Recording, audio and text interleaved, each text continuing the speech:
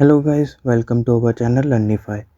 तो last video में हम लोगों ने कुछ प्रॉपर्टीज़ पढ़ी थी रियल नंबर्स की और उनको आज हम लोग इस वीडियो के अंदर एक्सरसाइज 2.2 करेंगे, जिसके अंदर हम लोग उन प्रॉपर्टीज़ को अप्लाई कैसे करते हैं, उन प्रॉपर्टीज़ को हम कैसे रिकग्नाइज़ कर सकते हैं वो आज सीखेंगे और वो कुछ सवालात जो हैं हम लोग सोल्व करेंगे। सबसे पहले हमारे पास आ जाता है एक्सरसाइज 2.2 का क्वेश्चन नंबर 1 जो है। क्वेश्चन नंबर 1 के अंदर उन्होंने हमें क्या बोला है कि आइडेंटिफाई करें which properties are used in the following. तो क्वेश्चन नंबर 1 का पार्ट 1 जो है वो हमारे पास है a plus B is equal to होता है b प्लस ए के। तो अगर हम लोग इस सवाल को देखें तो हमारे पास एक प्रॉपर्टी याद आती है हमें, कॉम्यूटेटिव प्रॉपर्टी। कॉम्यूटेटिव प्रॉपर्टी के अंदर क्या होता था कि ए जमा बी कर लें या बी जमा ए कर लें, दोनों का आंसर जो है वो सेम आना चाहिए। तो हम लोग यह क्या कहेंगे, हम लोग इसका सिंपल नाम बता देंगे कि यहाँ पे जो प्रॉपर्टी यूज़ हो रही है वो प्रॉपर्टी का नाम है commutative property. Property with respect to addition, कि यहाँ पे जो प्रॉपर्टी यूज हो रही है वो कॉम्यूटेटिव प्रॉपर्टी यूज हो रही है विद रिस्पेक्ट टू एडिशन, क्योंकि यहाँ पे मैं एडिशन जो है वो कर रहा हूँ, इसलिए जो है मेरा with respect to addition show हो रहा है। उसके बाद मेरे पास जो है जो सेकंड पार्ट है मेरा, वो उन्होंने क्या दिया है, into A B and C is equal to A into B C. तो अगर मैं इस सवाल को गौर से देखूं तो मेरे ज़हन में एसोसिएटिव प्रॉपर्टी आ रही है। एसोसिएटिव प्रॉपर्टी क्या होती है मेरी, एसोसिएटिव प्रॉपर्टी जो है वो हमारे पास आती है कि हम लोग तीन वेरिएबल्स को आपस में मल्टीप्लाई करें और हम लोग कंडीशन ये रख दें कि एक बार हम लोग पहले दो को पहले मल्टीप्लाई करेंगे और उसके बाद थर्ड वाले के साथ मल्टीप्लाई करेंगे, तो क्या आंसर आएगा। और जो अगर हम लोग जो सेकंड वाले दो वेरिएबल्स हैं उनको मल्टीप्लाई करके फर्स्ट वाले के साथ मल्टीप्लाई करें तो जब आंसर आए वो दोनों सेम आंसर होने चाहिए। तो मैं कहूँगा यहाँ पे मेरी एसोसिएटिव प्रॉपर्टी जो है वो लग रही है with respect to multiplication. Okay, अब आगे मेरे पास आ जाता है क्वेश्चन नंबर 3। तो क्वेश्चन नंबर 3 के अंदर उन्होंने मुझे क्या बोला है, 7 इंटू 1 इज इक्वल टू 7।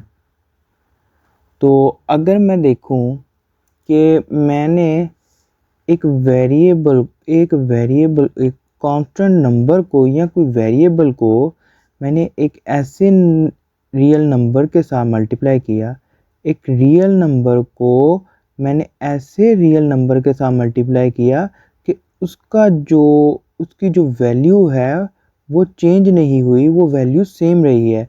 तो यहाँ पे मेरे पास एक, अगर मैं देखूं तो मेरे पास एक प्रॉपर्टी है जो कि है मल्टीप्लिकेशन यहाँ पे अगर मैं इस चीज़ को नोट करूं और देखूं तो मेरे पास एक प्रॉपर्टी जो है वो ज़हन में आती है, मल्टीप्लिकेटिव आइडेंटिटी। ये क्या करती है, ये एक रियल नंबर के साथ एक ऐसा नंबर मल्टीप्लाई करवाते हैं हम लोग कि उसकी जो वैल्यू है वो चेंज ना हो, उसकी वैल्यू सेम रहे। तो इससे हम लोग मल्टीप्लिकेटिव आइडेंटिटी कहते हैं। तो नेक्स्ट जो सवाल हैं वो इसी तरह बहुत इजी हैं, सिंपल से सवाल हैं, आपने सिर्फ उनका बताना है कि कौन सी यूज़ हो रही है, कौन सी प्रॉपर्टी यूज़ नहीं हो रही। उसके बाद हम लोग मूव करते हैं to the next question which is question number 2। इसके अंदर उन्होंने बोला है filling the flowing blanks by stating the properties of real number used. अब उन्होंने यहाँ पे हमें एक सवाल दिया है 3x plus 3 into Y minus x.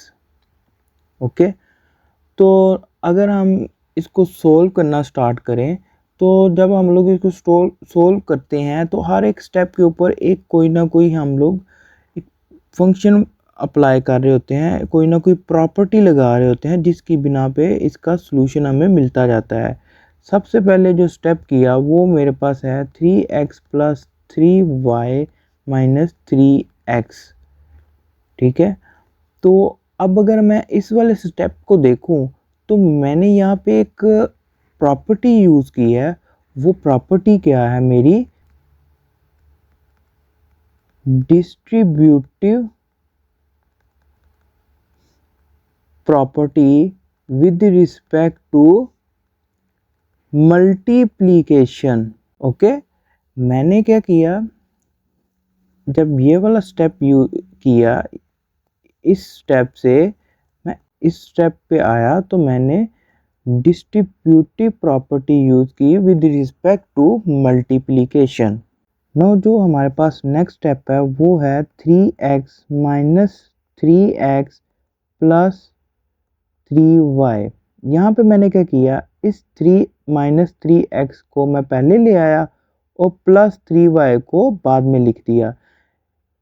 ये अगर ये यहाँ पे मैंने जो अपनी प्रॉपर्टी यूज़ की है वो प्रॉपर्टी है मेरे पास कॉम्यूटेटिव प्रॉपर्टी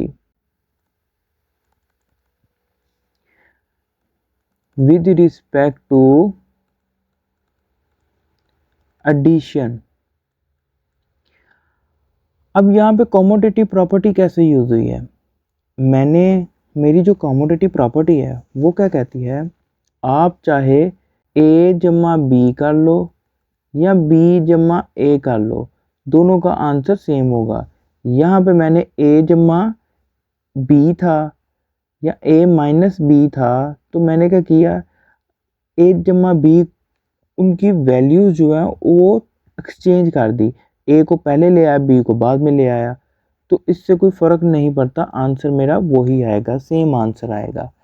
तो सेम उसी तरह अब अगला स्टेप अगर हम लोग देखें तो हमारे पास है 0 प्लस 3y। यहाँ पे जो मेरी प्रॉपर्टी यूज़ हुई है वो है एडिटिव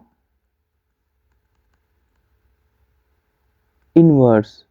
एडिटिव इन्वर्स प्रॉपर्टी यहाँ पे यूज़ हुई है। वो किस तरह? अब एक वैल्यू है, एक रियल नंबर है, रियल नंबर पे ऐसा रियल नंबर मैं ऐड कर रहा हूँ जिससे उसका आंसर 0 आए, तो ये कौन सी प्रॉपर्टी होती है हमारी? Additive inverse. कि किसी भी रियल नंबर के अंदर एक ऐसा रियल नंबर ऐड करें और उसका आंसर 0 आ जाए तो हम लोग कहते हैं वो नंबर उसका एडिटिव इन्वर्स है। उसके बाद मैं यहाँ पे नेक्स्ट स्टेप और फाइनल स्टेप जो है वो ये है कि 3y आ गया। अब यहाँ पे मैंने क्या किया, मैंने यहाँ पे एडिटिव आइडेंटिटी जो है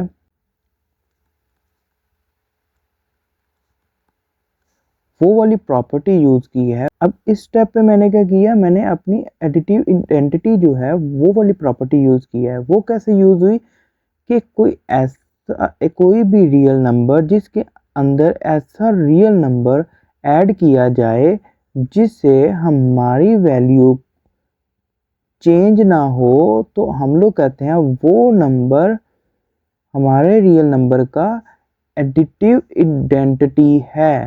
राइट, तो ये हमारा क्वेश्चन नंबर 2 था। उसके बाद हम लोग मूव करते हैं अपने क्वेश्चन नंबर 3 की तरफ। तो क्वेश्चन नंबर जो 3 है हमारा, उसके अंदर उन्होंने हमें बोला है give the name of property use the following. Same उसी तरह क्वेश्चन नंबर 1 की तरह हम लोग इसके अंदर भी क्या करेंगे, प्रॉपर्टीज़ के बारे में बताएंगे कि कौन सी प्रॉपर्टीज़ जो है वो यूज़ हो रही है। सबसे पहले हमारे पास आ जाता है 24 √24 प्लस 0 इज इक्वल टू √24। तो अगर हम लोग इस वाले को देखें तो हमारे पास जो आंसर है वो आता है एडिटिव आइडेंटिटी। ये क्यों आई? कोई ऐसा रियल नंबर जिसके अंदर कोई हम लोग ज़ीरो ऐड करें या कोई ऐसा रियल नंबर ऐड करें और उसकी वैल्यू चेंज ना हो, तो हम लोग कहते हैं कि यहाँ पे एडिटिव आइडेंटिटी वाली प्रॉपर्टी अप्लाई हो रही है। सेम दूसरे जो सवाल हैं वो पार्ट्स हैं इसके, वो बहुत इजी हैं। तो आप अगर किसी को समझ ना लगे तो मेरी लास्ट वीडियो देख लें, लिंक जो है वो डिस्क्रिप्शन में मौजूद है।